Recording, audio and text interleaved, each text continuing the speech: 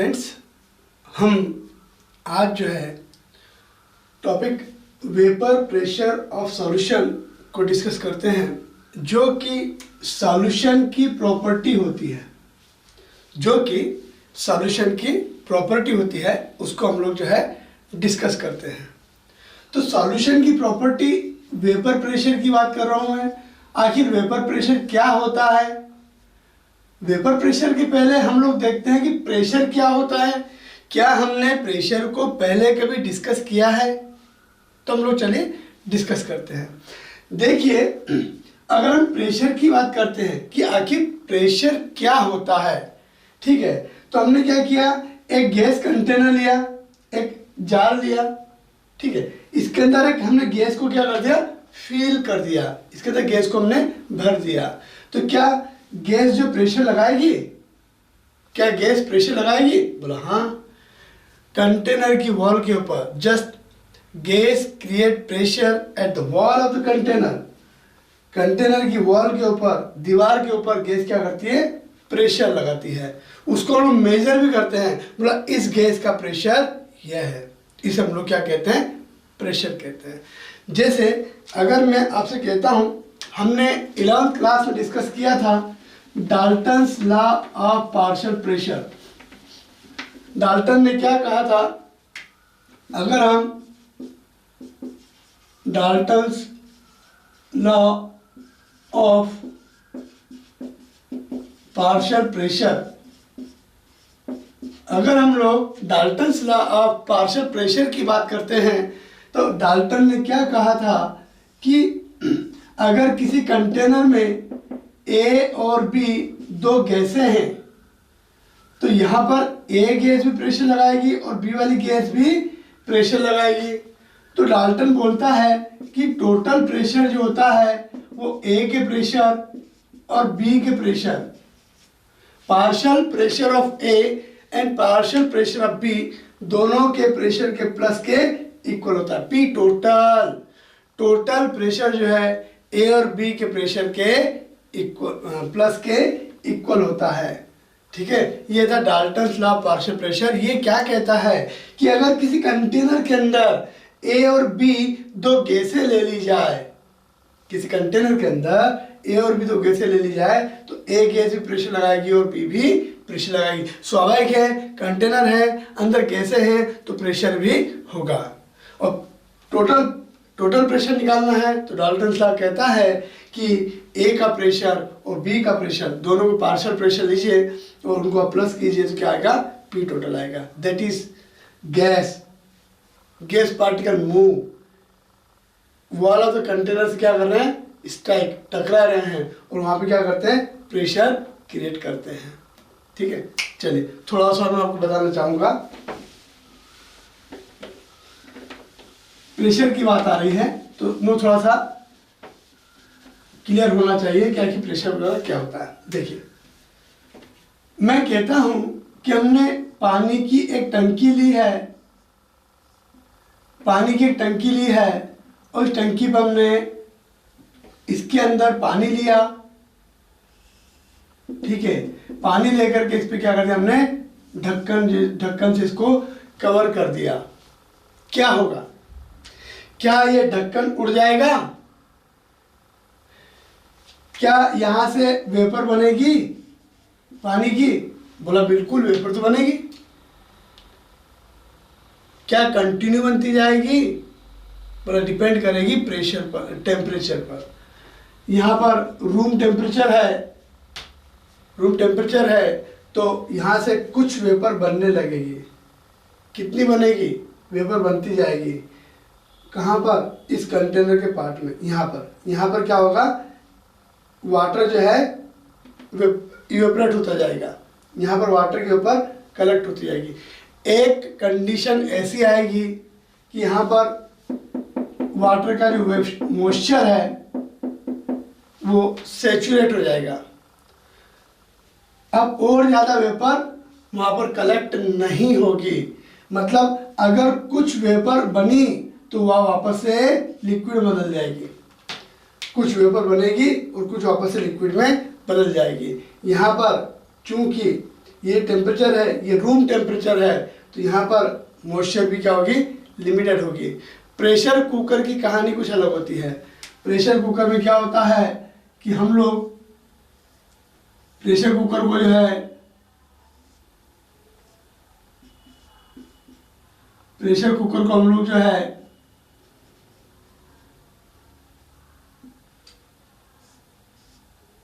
Burner पर रखते हैं। We just supply heat continuously, हम लोग यहाँ पर हीट जो है कंटिन्यू सप्लाई करते हैं। यहाँ पर जो आपका लिक्विड है, आप क्या कर रहे हैं, टेम्परेचर बढ़ा रहे हैं। प्रेशर कुकर के अंदर आप क्या कर रहे हैं, हीट सप्लाई कर रहे हैं, मतलब लिक्विड का टेम्परेचर बढ़ा रहे हैं। यहाँ पर क्या है, ऊपर मॉइस्चर भी है। अब यहाँ पर क्या होता है, टेम्परेचर बढ़ रहा है, मॉइस्चर वाटर वेपराइज हो रहा है और कुछ वाटर कंडेंस भी हो सकता है। लेकिन यहाँ पर दो चीज हो रही है, लिक्विड में कन्वर्ट टू वेपर और वेपर जो है लिक्विड में बदल सकती है। लेकिन आप क्या कर रहे हैं, कंटिन्यू हीट सप्लाई कर रहे हैं। अब कंटिन्यू हीट सप्लाई कर रहे हैं तो क्या होगा, यहाँ पर लिक्विड का वेपर में बदलना इंडोथर्मिक प्रोसेस होती है। पार्टिकल हीट लेकर क्या होते हैं, दूर दूर जाते हैं, पार्टिकल हीट एब्जॉर्ब करके दूर जाते हैं। दैट इज वेपराइजेशन बोल सकते हैं, इवेपोरेशन बोल सकते हैं। बॉइलिंग पॉइंट पर जो लिक्विड वेपर बदलता है उसे वेपराइजेशन बोलते हैं। अपन यहाँ पर वेपराइजेशन का उपयोग करेंगे। तो यहाँ पर आप कंटिन्यू हीट सप्लाई कर रहे हैं और चूंकि यहाँ पर क्या था, इक्विलिब्रियम था, लिक्विड गैस बदल सकता है, गैस वापस लिक्विड में बदल सकता है। तो यहाँ पर ली शीतली प्रिंसिपल लगता है। आप हीट सप्लाई कर रहे हो, इक्विलिब्रियम उसका अपोज करेगा। आप टेम्परेचर बढ़ा रहे हो, इक्विलिब्रियम टेम्परेचर कम करेगा। टेम्परेचर कम किस डायरेक्शन में होगा, लिक्विड हीट एब्जॉर्ब करके गैस बदलेगा। आप कंटिन्यू हीट सप्लाई कर रहे हो, लिक्विड की टेंडेंसी है कि वो टेम्परेचर को कम करने की कोशिश करे। ली शीतली प्रिंसिपल कहता है इक्विलिब्रियम एक्सटर्नल चेंज का अपोज करता है। आप यहाँ से हीट सप्लाई कर रहे हो, ये आपकी टेम्परेचर को कम करने की कोशिश करेगा। कम किधर होगा, जब लिक्विड वेपराइज होगा। कंटिन्यू हीट सप्लाई कर रहे हो, कंटिन्यू वेपर बनती जाएगी। यहाँ पर ऐसा होगा, इसीलिए प्रेशर कुकर के फटने का डर होता है। वहाँ पर डर लगता है जब प्रेशर कुकर में हम खाना बनाते तब, ऐसा नहीं वो फट जाए। हम केयर वहाँ पर जो है प्रिकॉशंस लेते हैं, ध्यान रखते हैं उस बात का। ठीक है, तो यहाँ पर ऐसा केस नहीं है। आप यहाँ पर कंटिन्यू हीट सप्लाई नहीं कर रहे हो, टेम्परेचर इसका फिक्स है, तो यहाँ पर क्या होगा, इक्विलिब्रियम सेट हो जाता है। तो यहाँ पर जो वेपर बनी है लिक्विड की, उसका जो प्रेशर है उसे बोलते हैं वेपर प्रेशर।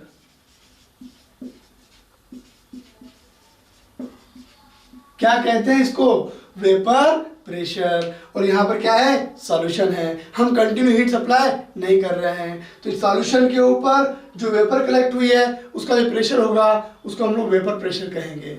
मैंने यहाँ पे क्लोज कंटेनर लिया है, लेकिन जब हम स्टडी करते हैं तब हमेशा क्लोज कंटेनर लेकर के इतना ज़्यादा एक्सप्लेन नहीं कर सकते।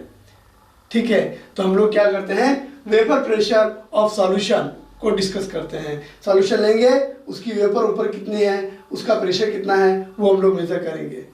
ठीक है, वहाँ पर हम लोग हर कहीं पर जो है क्लोज कंटेनर शो नहीं करेंगे, तो आपको ध्यान रखना है। ठीक है, चलिए तो हम लोग चलते हैं वेपर प्रेशर ऑफ सॉल्यूशन में। सॉल्यूशन में यहाँ पर हम लोग लिक्विड सॉल्यूशन की बात करेंगे।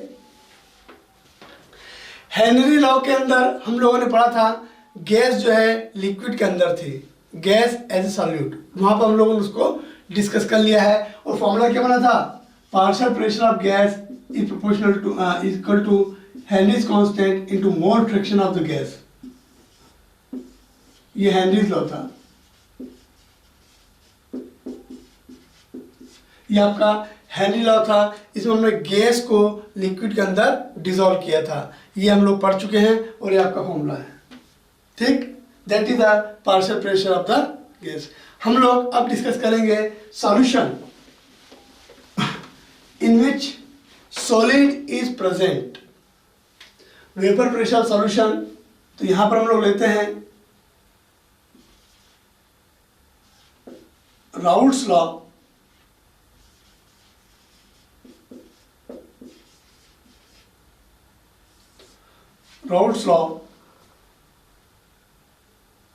and vapor pressure of solution having non-volatile solute, that is solid. आपका जो सॉल्यूट है वो सॉल्यूट आपका सॉलिड है। हमें एक सॉल्यूशन बनाना है जिसके अंदर हम लोग जो है सॉलिड सब्सटेंस को डिसॉल्व करेंगे। ठीक है, चलिए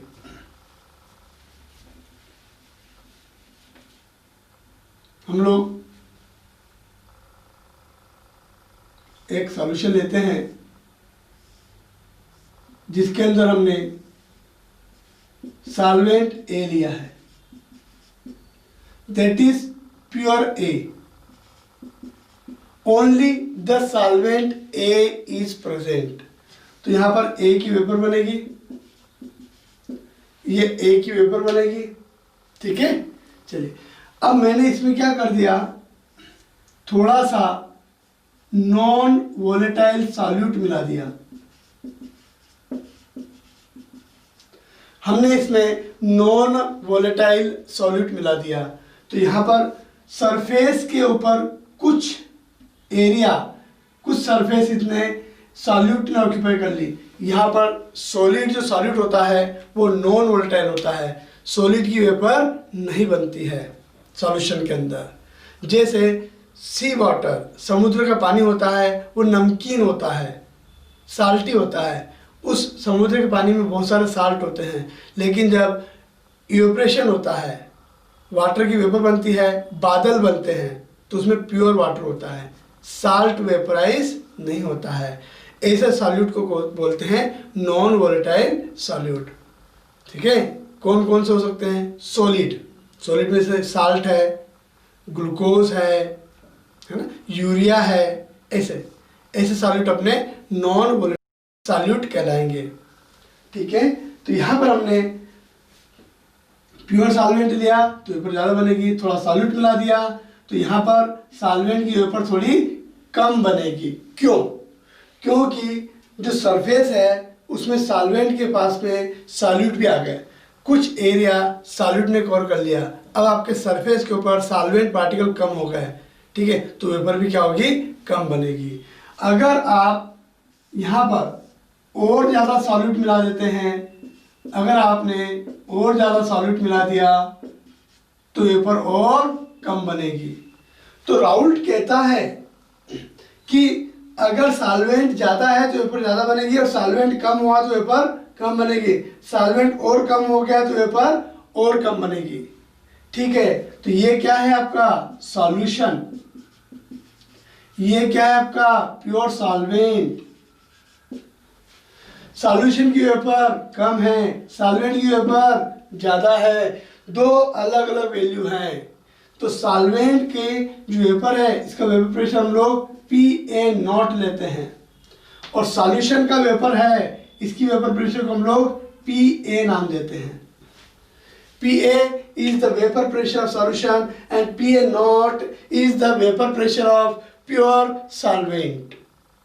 ठीक है, तो यहाँ पर राउल्ट्स लॉ, राउल्ट जो है साइंटिस्ट जो है, इन्होंने देखा, इन्होंने सॉल्यूशन के वेपर प्रेशर को स्टडी किया और उन्होंने बताया कि अगर सॉल्वेंट ज़्यादा है तो वेपर प्रेशर ज़्यादा बनेगा और सॉल्वेंट कम है तो वेपर प्रेशर कम बनेगा। तो उन्होंने न्यूमेरिकली एक रिलेशनशिप दिया कि vapour pressure of solution is proportional to mole fraction of solvent in the solution।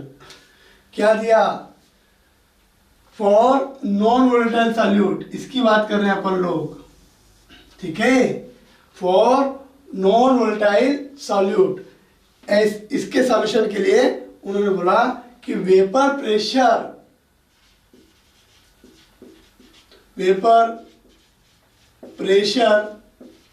of solution is proportional to mole fraction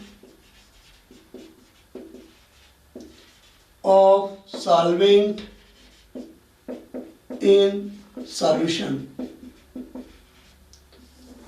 Mole fraction of vapor pressure of solution का vapor pressure is proportional to mole fraction of solvent in the solution. अगर मान लीजिए vapour pressure solution PA लेते हैं तो proportional होगा मोल fraction of solvent. It is the vapor pressure of solution and it is the mole fraction of solvent. So vapor pressure of solution proportional to mole fraction of solvent. ज़्यादा solvent होगा ज़्यादा vapour बनेगी, कम solvent होगा कम vapour बनेगी. ठीक है. और जब हम इक्वल लगाते हैं PA इज इक्वल टू, तो एक कांस्टेंट लगेगा K इंटू XA. यहाँ K क्या है? प्रोपोर्शनलिटी कांस्टेंट है. K is constant. ठीक है. अब यहाँ पर K की वैल्यू में निकालना है तो हम इस इक्वेशन को प्योर सॉल्वेंट के लिए अप्लाई करते हैं.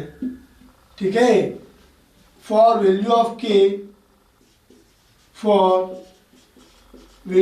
K we apply above equation for pure solvent. Pure solvent के लिए हम इस इक्वेशन को अप्लाई करते हैं. प्योर सॉल्वेंट का वेपर प्रेशर कितना लेंगे? PA not. वेपर प्रेशर कितना लेंगे?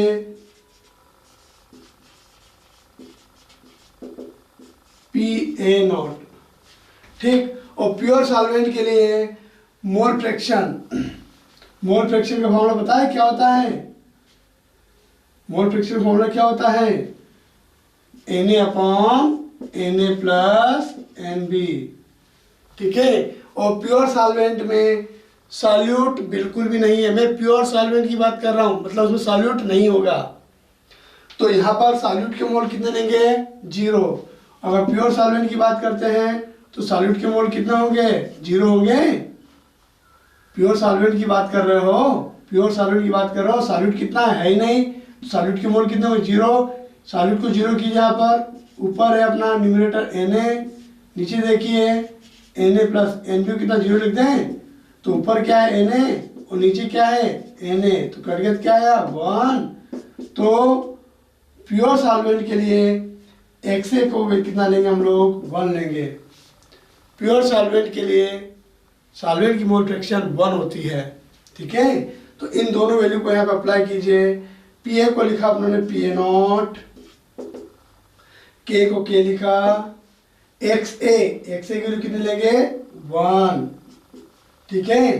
तो K की वैल्यू कितनी आ गई? PA not. ठीक है. तो यहाँ पर अपन लोग क्या करेंगे? K की वैल्यू को पुट करते हैं. कहाँ पर? इक्वेशन 1 के अंदर. Put value of K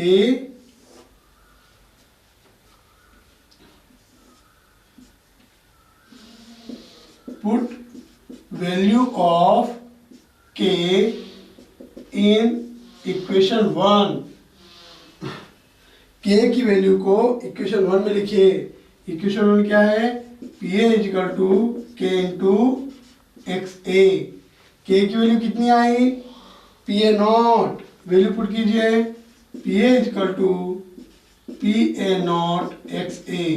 that is the formula for Raoult's law. PA is equal to PA0 XA. PA क्या है? Vapour pressure of solution. PA naught क्या है? Vapour pressure of pure solvent. और XA क्या है? मोल fraction of solvent in solution. ठीक. चलिए तो हम लोग थोड़ा सा आगे चलते हैं. अपन चाहें तो यहाँ पर वैल्यू XA को लिख सकते हैं. XA प्लस XB कितना होता है? 1 होता है. यहाँ से x की वैल्यू कितनी आएगी, एक्स बी को उधर ले जाओ, इक्वल के उधर जाएगा तो माइनस का हो जाएगा, तो x की वैल्यू कितनी आई, 1 minus x b, right. Value put कीजिए यहाँ पर, वैल्यू पुट कीजिए यहाँ पर, p a is equal to P A zero bracket x a की वैल्यू कितनी लिखेंगे, 1 माइनस एक्स बी इंटू कीजिए पी ए जीरो का 1 में p A zero plus minus minus P A zero का एक्स बी में पी ए जीरो एक्स बी, ठीक है। चलो थोड़ा सा चेंज कीजिए, माइनस वाले को चलाइए, प्लस का हो जाएगा पी ए जीरो एक्स बी, प्लस वाले को उधर ले जाइए, ये वाली लिखी हो जाएगी माइनस की हो जाएगी P A zero minus P A, चले इंटू वाले को डिवाइड भेजिए तो एक्स बी कितना हो गया, P A zero minus P A upon P A zero, that is the new formula, ठीक है। कीप इन माइंड, ध्यान रखें आप लोग, बहुत इंपॉर्टेंट फॉर्मूला बना है, ठीक है। क्लियर हुआ?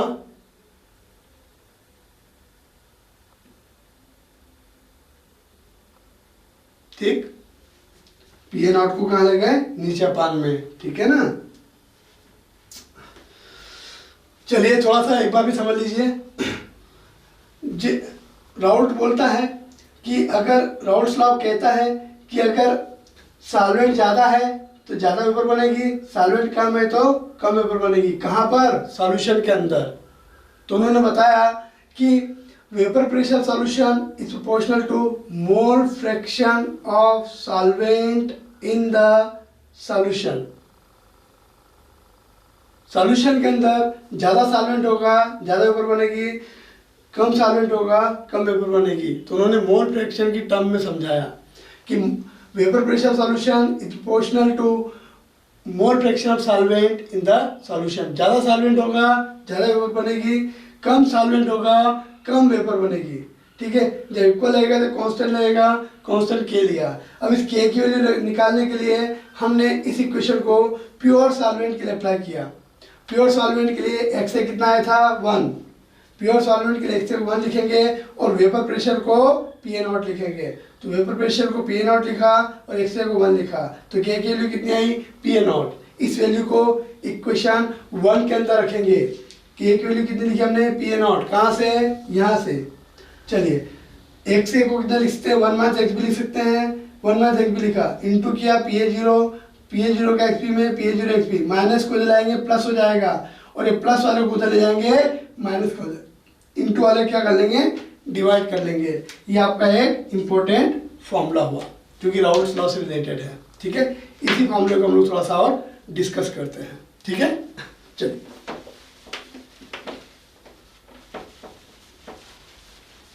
फॉर्मूला क्या बना है उसको हम लोग थोड़ा सा डिस्कस करते हैं। फॉर्मूला बना है X B is equal to P A zero minus P A upon P A zero. देखिए ये है आपका वेपर प्रेशर प्योर सॉल्वेंट का, और ये है आपका वेपर प्रेशर सॉल्यूशन का। सॉल्वेंट का वेपर प्रेशर ज़्यादा है, देखिए सॉल्वेंट की वेपर क्या हो रही है, यहाँ पर ज़्यादा बन रही है, राइट है। सॉल्वेंट की वेपर क्या हो रही है, ज़्यादा बन रही है, और सॉल्यूशन की वेपर कम बन रही है। दिख रहा है आपको, यहाँ पर ए 3 टाइम्स लिया है मैंने, ठीक है, और यहाँ ए 2 टाइम्स लिया है, तो यहाँ पर ए की वेपर ज़्यादा बन रही है, यहाँ पर ए की वेपर कम बन रही है। ए कौन है, प्योर सॉल्वेंट, ठीक है, ये क्या है, सॉल्वेंट है यहाँ पर। तो देखिए मान लीजिए प्योर सॉल्वेंट का वेपर प्रेशर 100 है, मान लेते हैं, और सॉल्यूशन का वेपर प्रेशर 95 है। तो इसमें जो न्यूमरेटर है ऊपर वाली वैल्यू कौन सी, p A zero minus P a, ये क्या डिनोट करता है, पी ए नॉट कितना था 100, पी ए कितना है 95, डिफरेंस कितना है 5। तो 5 क्या कह रहा है, 5 क्या शो कर रहा है, 100 था 95 रह गया, 5 कम हो गया, वेपर प्रेशर 5 क्या हो गया, कम हो गया। तो 5 क्या हुआ, इसे बोलते हैं लोअरिंग ऑफ वेपर प्रेशर। क्या कहते हैं इसको, लोअरिंग ऑफ वेपर प्रेशर। तो यहां हम लोग लिखेंगे PA0 minus PA is known as lowering of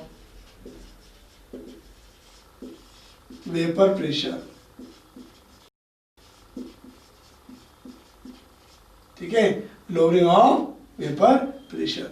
अब ये पूरी वैल्यू क्या कहते हैं, पूरी वैल्यू क्या डिनोट कर रही है, देखिए पूरी वैल्यू देखिए, PA0 minus PA upon PA0, ये क्या शो कर रहा है, PA0 कितना 100, PA कितना है 95, PA0 कितना 100, ऊपर कितना बचा 5, नीचे कितना 100। ये रेशियो क्या शो कर रहा है कि 100 के कंपेयर में 5 कम हुआ है, था कितना 100 के कंपेयर में कितना हुआ 5 कम हुआ है। इसे बोलते हैं relative lowering of vapour pressure. दोनों का हम लोग कंपैरिजन कर रहे हैं, तो क्या बोलते हैं इसको, relative lowering of vapour pressure. तो क्या कहते हैं यहाँ पर, PA0 minus PA upon PA0, PA0 is known as relative lowering of vapor pressure।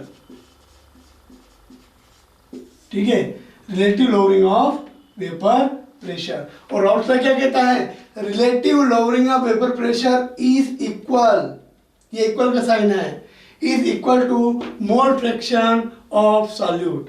तो यहाँ पर राउल्स लॉ का जो कंक्लूजन निकलता है ये एग्जाम में पूछते हैं, relative lowering of vapour pressure is equal to mole fraction of solute. B यहाँ पर सॉल्यूट है, ए यहाँ पर सॉल्वेंट था, तो क्या कहेंगे हम लोग, relative lowering of vapour pressure is equal to mole fraction of solute. क्या कहेंगे इसको हम लोग, relative lowering of vapor pressure is equal to mole fraction